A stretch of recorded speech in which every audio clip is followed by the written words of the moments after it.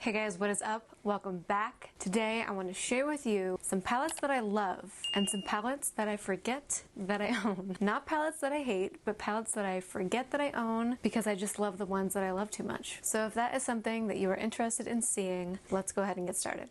Okay, I have like so many. I have quite a few that I want to get through today. I think I want to start with palettes that I forget that I own. Let's just get that out of the way. So I wanted to just specifically say palettes that I forget that I own because these are not palettes that I hate. I don't hate these palettes. I don't dislike these palettes. I don't regret buying them. They are just palettes that I forget that I own. I do so much freaking research before I actually purchase anything when it comes to makeup, just because I don't want to say that I'm a minimalist, but I just don't want to spend my hard-earned money on something that is not going to perform well. Even before I take it out of the box, people are saying that it isn't performing well. And I know that everyone's skin is different, but I watch quite a few reviews of one specific thing that I have in mind when it comes to what I do before purchasing a product. That's just how I have been with everything in my life. That's how I am with my makeup. So I don't regret buying these and I don't hate them because they do perform well and they are great palettes. I just don't use them as much as I use other ones. And I forget that I own them, to be honest with you. So I want to share with you what those are so that you can create your own opinion on them if they're worth your money or if they are not worth your money. The first two that I want to talk about,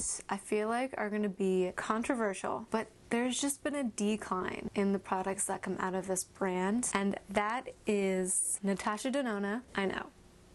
Okay, I know. These are effing expensive. These are expensive ass palettes. And I know back in the day they used to be even more, but I'm pretty sure back in the day the quality was a lot better. These are like really great palettes that I have used quite a bit. This is the Glam palette, and then I also have the Sunrise palette, which is just a bunch of reds and warm tones and things that are really up my alley. But these palettes are great. I just forget that I have them and I forget about them because the blending capability of these shadows is not one that stands out in my mind. The shimmers are really great and the mattes are okay, and I think that's why I kind of forget about it, is because the shadows are not that memorable. The way that they perform are not that memorable, and there are other palettes that I think of when I think of an eye look, like a nude eye look or like a warm eye look. There are other palettes that I think of when I'm thinking about a look and I'm like, okay, those are the palettes that I want to use because I remember how well they perform and how well they blend and the pigment that they pack and how the shimmers perform. These are very expensive, and I feel like for what you're paying for, the shadows should be better.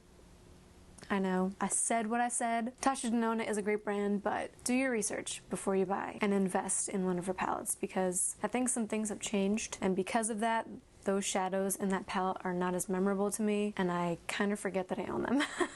The next palette that I want to talk about is one that I loved when I first bought it, and then it went completely off my radar for the rest of its life at my house, and that is the Huda Beauty Mercury Retrograde palette. Retrograde.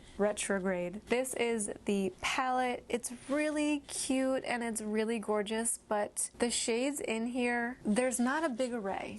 There's not a vast array of colors in here. It's all pretty neutral, and the glitters that are in here I despise. I mean, I did do a video of a New Year's Eve look with this nebula shade right here, and it was really gorgeous, but the glitter got everywhere, all over my face and my hair, and because of that I don't reach for this palette as much, and it's not on my radar because I think I just had a bad experience with the glitters in here. And I also feel like there's not much you can do with this palette, and that might be an overstatement. You know, I'm sure people will argue that you can do a whole bunch, but for me personally, I feel like there's not a lot I can do with it, and that is why I don't reach for it as much. There are other palettes that offer me a little bit more and a better formula, and for that reason this is one that I constantly forget that I own. I have done a few great looks with this, but after that I kind of put it in my drawer and forgot that it was there.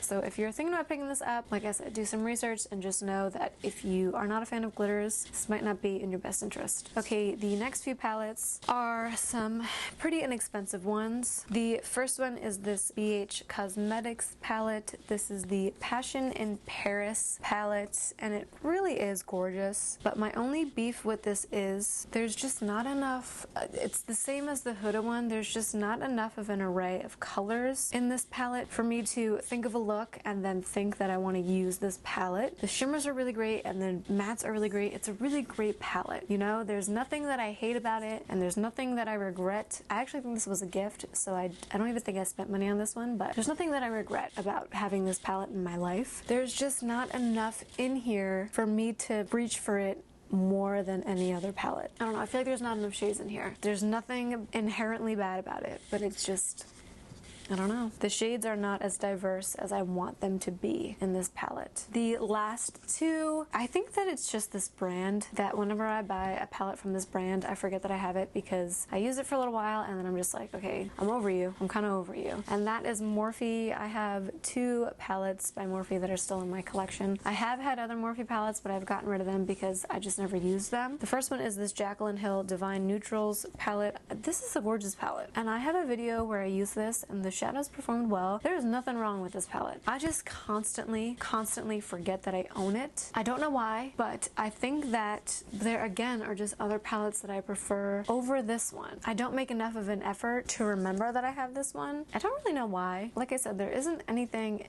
bad about it.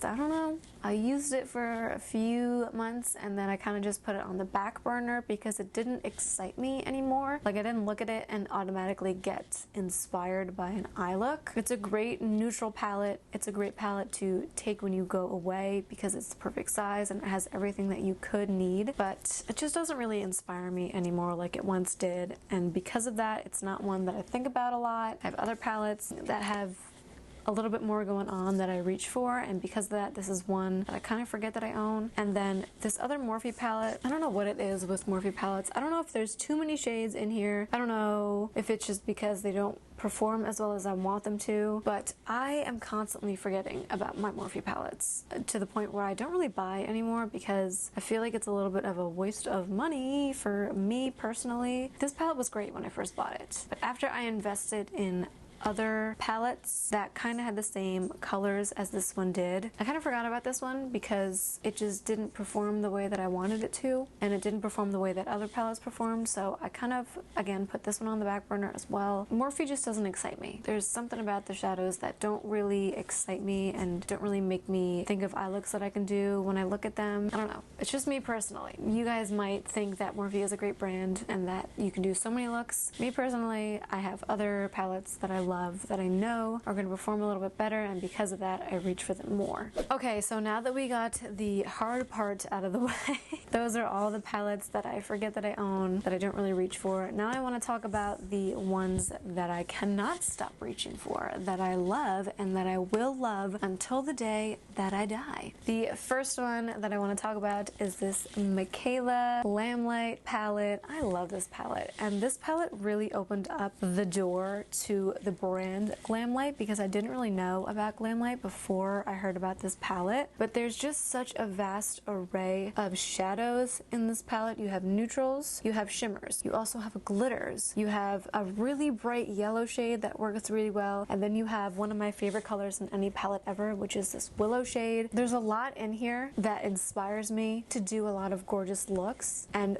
on top of all that, the shadows, no matter which one you pick, they blend so well with each other. Everything in here works so well with everything else in here, and that's why I'm constantly reaching for it. They have a lot of unique shades, like again this willow one right here, but also like this blue one up here and this army like khaki green. There's a lot of gorgeous unique shades in here that aren't in other palettes, and because of that, this one is always on my radar. This one is one that I'm always thinking about if I have a look in my head that can be used. The same goes for this Blend Bunny Surge palette. I know that you guys are tired of hearing about this, okay? I know that you're tired, but I freaking love this palette. If I'm ever going to visit one of my friends and I know that we're gonna have a night out, this is the palette that I bring because it has all all these shades in here and they're all very wearable. You know what I mean? Not that bright colors and all that other jazz is not acceptable to wear out. You can wear whatever the hell you want. But for me personally, these are all shadows that I feel safe with for a night out,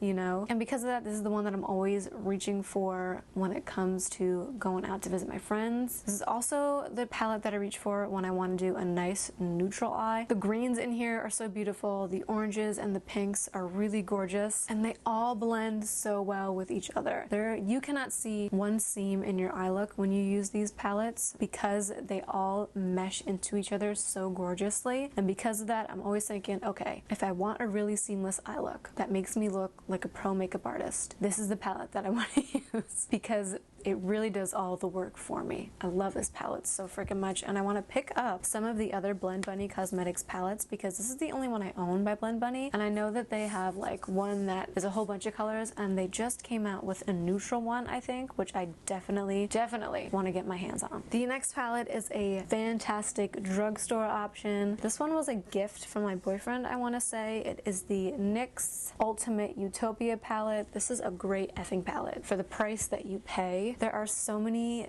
neutral shades in here. This one is a little bit different than the other palettes that I've shown you because it's not as colorful. There are a few colorful shades in here, but for the most part, this is a pretty neutral palette. And because of that, it's one that I reach for when I'm thinking about like a nice red rust smoky eye. It's super inexpensive. The shimmers are all right. They kind of get everywhere, but all of these neutral shades, like this one right here, this one, like they're all so buttery and they perform like more higher end shadows. So this is one that I always have on my radar again when it comes to like a warm reddish rust smoky eye. Like there's a very specific eye look that I think about when I think about this palette. The other ones that I've mentioned are more for like going out and having fun and like doing extravagant eye looks. This is definitely one that I think about when I think about neutral eyes and I'm going out to dinner and I want a nice smoky eye that's going to complement my eye color. Like this is definitely the palette that I'm thinking of. I love this palette so much. And there's a giant array of like nude shades, so can't really lose with that palette. And for my final palette that I want to speak about, you guys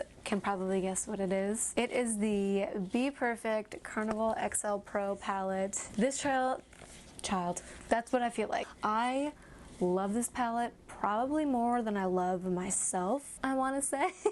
This is what I use to do my eye look today. I'll have the tutorial up in a little bit if you're interested, so stay tuned. But this palette, I think I just have a very sentimental connection with this palette because this is one that I invested in when I started my whole makeup journey, and because of that it holds a very special place in my heart. But this is the palette that I reach for when I really am thinking about any eye look. It has nudes, it has colors, it has shimmers, it has greens, it has blues, it has pinks, it has purples, it has a great yellow shade that not a lot of palettes have. This palette can do everything that you need to be done. It can do anything that you want. I love to bring this when people want me to do their makeup because not only do the shadows all work together and pretty much do all the work for me when it comes to blending, but whatever eye look they want to do, you're gonna have in here. You know, there's nothing that you can't do with this palette. The possibilities are so freaking endless, and because of that, I love this palette. It's like my favorite in the entire world. I have to constantly remind myself that I own more than this palette because it's always the one that I think about when I'm thinking about eye looks. It's just so gorgeous.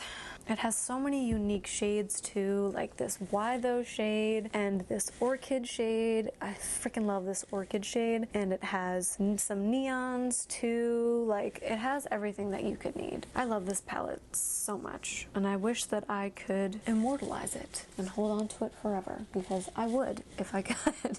This is definitely an investment, but it is worth every penny you pay for it. Every single penny that you pay for it. These are all the palettes that I love and that I forget that I own. I feel like this was a good video to film because now I have the ones that I forget about on my radar a little bit more, so maybe I'll remember to incorporate them in more videos. I hope that you all enjoyed. If you have not, make sure that you are subscribed and that you hit the little bell so you are always notified when I put out a new video. And that is it for today's fun little video. I hope that you all enjoyed, and I will see you all in my next one. Bye.